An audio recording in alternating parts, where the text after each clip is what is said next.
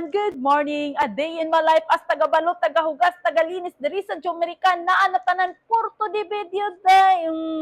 This is me, Pinay Girl, and welcome back to my YouTube channel. Another day, another work. Nagre-repack na po ako ulit kanina pa lang dahil pumasok po ako ng maaga. Ipapakita ko po sa inyo kung ano ulit ang i-repack natin today. Ito po ang ating i-repack today ay ang blueberry, strawberry, and cream puff.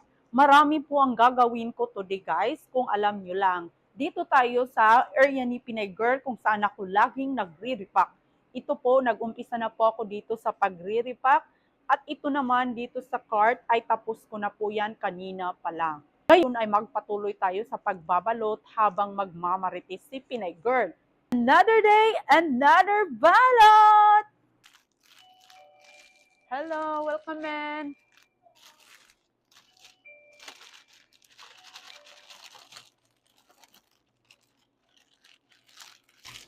Today is Monday, hindi naman masyadong busy tayo. Minsan lang talaga may biglang dumarating na customer at nagmamadali ako sa aking ginagawa dahil binabudget ko talaga ang aking oras. Kahit may customer man ako, ay hahayaan ko muna talaga sila na makapili dahil hindi ko muna sila didisturbuhin dahil tatawag lang naman talaga sila kapag ready na. So ako dito, patuloy pa rin ang ginagawa para hindi po sayang yung oras. All the time nyo na talaga akong makikitang magbabalot. Para sa akin, napaka-easy lang talaga na trabaho ito kumpara sa maghuhugas, maglilinis. Napakadali lang talaga ito. Hindi talaga stressful. Kung may customer, pupuntahan mo. Minsan may mga customer na may attitude pero okay lang yun. Dapat mataas ang pasensya mo. Hindi man madali ang buhay dito sa ibang bansa pero patuloy ka pa rin mangarap. Balang araw ay makamit mo din talaga ang iyong pinapangarap. Sinasabi kasi nila na ako daw ay mayabang, maarte, OA, pero hindi naman ako nasasaktan sa mga ganyang comment as long as wala naman akong inaapakan na tao. May kailangan ba akong ipagyabang sa aking sarili na wala naman talaga? Ang sinasabi ko lang na ang trabaho ko dito ay taga-balot, taga-linis, taga-hugas, marami po akong sideline. Yung sinasabi kong sideline like paghuhugas ng plato, paglilinis ng bahay, papasok dito sa bakery, pagbabalot, yan po ang aking mga natutunan simulat nang dumating ako dito. Natuto po talaga akong dumiskarte sa buhay. Pinasukan ko talaga lahat para kumita ng pera basta sa malinis na paraan.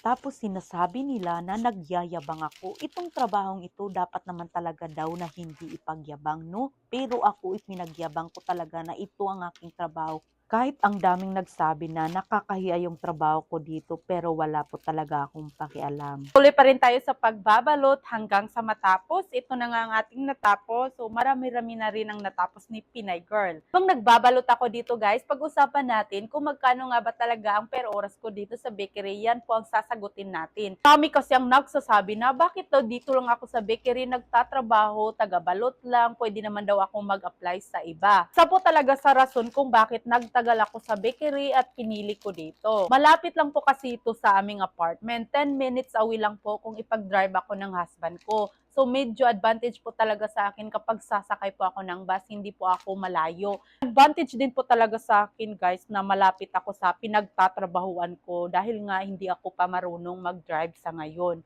Hopefully po na marunong na po ako, pwede na po ako mag-apply sa malayo. Sa ngayon ay komportable po muna ako dahil malapit lang po talaga ako sa apartment namin. Mabilis lang po ako ma-pick up ng husband ko. Po talaga ang isang rason kung bakit nandito pa rin ako hanggang ngayon sa bakery.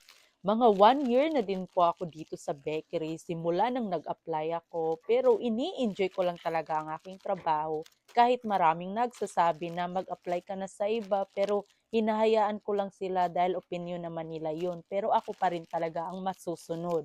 Ang sahod ko naman dito ay sakto lang naman, nakakain kami ni Habi sa araw-araw, yun naman talaga ang importante at healthy ka at nabigay ko din ang pangangailangan ng anak ko at nakatulong din sa pamilya. Yun naman talaga ang importante, no? At least makatulong tayo sa pamilya at meron tayong maibigay kaysa namang wala at wala tayong trabaho. Ngayon po talaga, nagpapasalamat po talaga ako na kung ano ang meron ako ngayon. Sobrang grateful at proud din talaga ako sa aking sarili na kumikita ako talaga sa sarili kong sikap na hindi ako umaasa na lang palagi.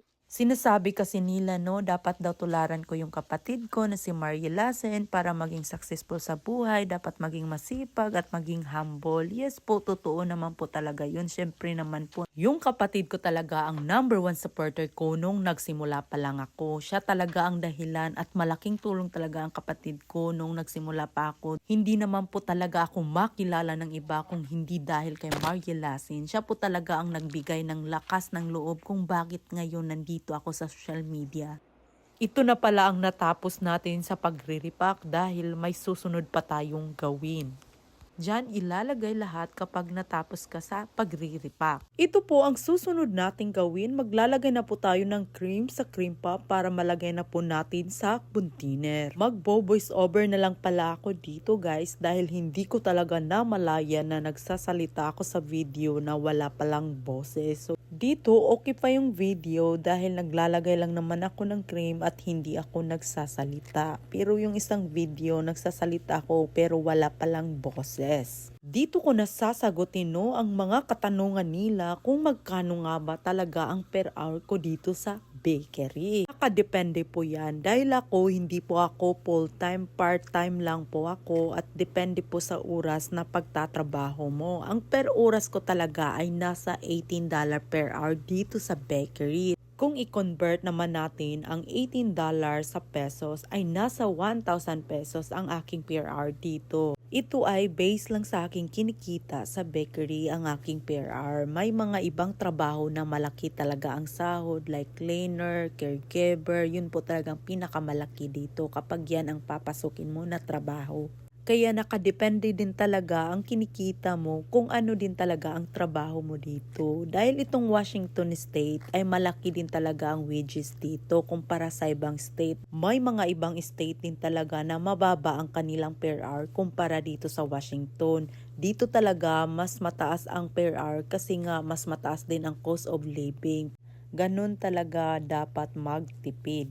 Kung mataas ang sahod, mataas din talaga ang cost of living. Nakadepende po talaga yan sa sahod mo. Merong mga state na mababa ang kanilang sahod pero mababa din ang cost of living. Ganun po talaga dito sa Amerika. Parang balanse lang talaga. Yung iba dito, hindi lang ako, dalawa-dalawa ang trabaho. Lalo na pag part-time ka lang sa isang trabaho ay hindi talaga kasya ang budget mo. Magbabayad ka pa ng renta, mayroon ka pang mga bibilhin, mga mahal pa. Kulang talaga ang sahod mo lalo na pag part-time ka lang at nagre-renta ka at sobrang mahal pa naman dito. Kailangan talaga may second job ka dahil mayroon pang mga taxes, mga malaki pa ang mga deduction. So konti na lang talaga ang makukuha mo. Paano na lang yung renta mo? Yun ang dahilan kaya doble-doble ang trabaho dito. Meron din talagang mga company na part-time lang talagang ibibigay sa iyo at hindi ka makakuha agad ng full-time. So, kailangan mo maghanap ng full-time kung gusto mo talaga ng isa lang trabaho. Kung full-time ang trabaho mo ay hindi mo na kailangan mag-second job. Totoo po yun. Meron talagang mga iba na part-time lang sila kaya doble-doble ang trabaho. Kung full-time ka naman ay hindi na po kailangan dahil papasok ka talaga 8 hours a day araw-araw. 5 days a week, ganun po dito. Sa bakery naman, kapag full-time talaga ang trabaho mo, ay sasahod ka talaga ng 120,000 to 150k or more. Pero may mga tax deduction pa po yan.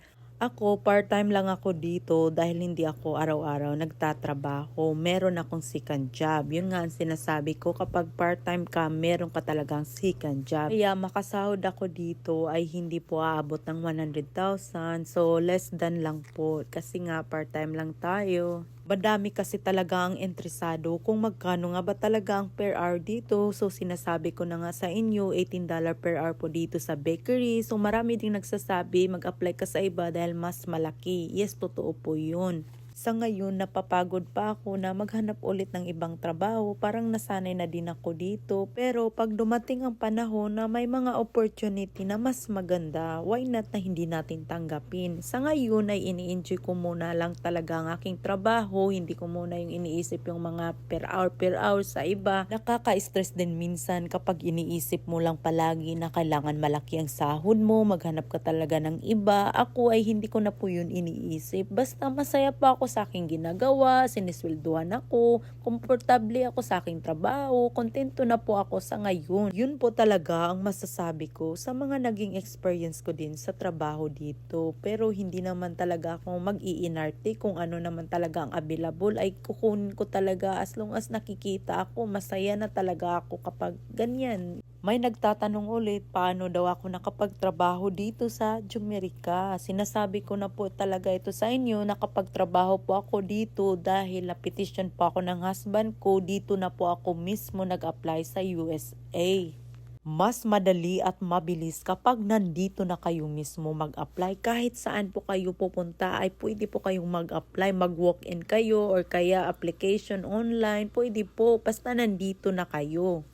Nung dumating ako dito, naghintay ako sa aking working permit dahil bawal po talaga magtrabaho kapag wala kang papel. Pagdating po ng working permit ko, doon po naghanap ako ng trabaho kung saan ang available at bakante. Makikita mo lang, minsan nakapaskil po sa labas na hiring sila, pupuntahan mo. Kaya doon lang po, ganun kabilis lang, walang pahirapan. So yun lang ang aking masasabi sa ngayon. Malapit na pala tayong matapos. Nalagyan ko na lahat ng cream, yung cream puff. Pagkatapos ko lahat, lagyan ng mga cream ay nilagay ko na po sa container para maibenta na ito mamaya. Pasensya na po, sobrang dumi talaga ni Pinay Girl ngayon dahil yung cream po talaga sobrang lagkit. Nandun lahat sa apron ko. Yung cream talaga ay sobrang bilis na dumikit sa aking apron. Buti na lang may apron tayo dahil kung wala, lahat po talaga ng damit ko ay madumi dahil napakalagkit yung cream ng cream puff. So malapit na pala tayong matapos guys. Ito talaga ang aking buhay sa USA. Nagtatrabaho sa bakery, minsan nandun sa restaurant. Grabe talaga ang ating pagsisipag. Laban lang talaga palagi. At salamat sa pakikinig at panunood sa video na ito. I think that's all for today guys, and thank you for watching me. This is me, Pinay Girl.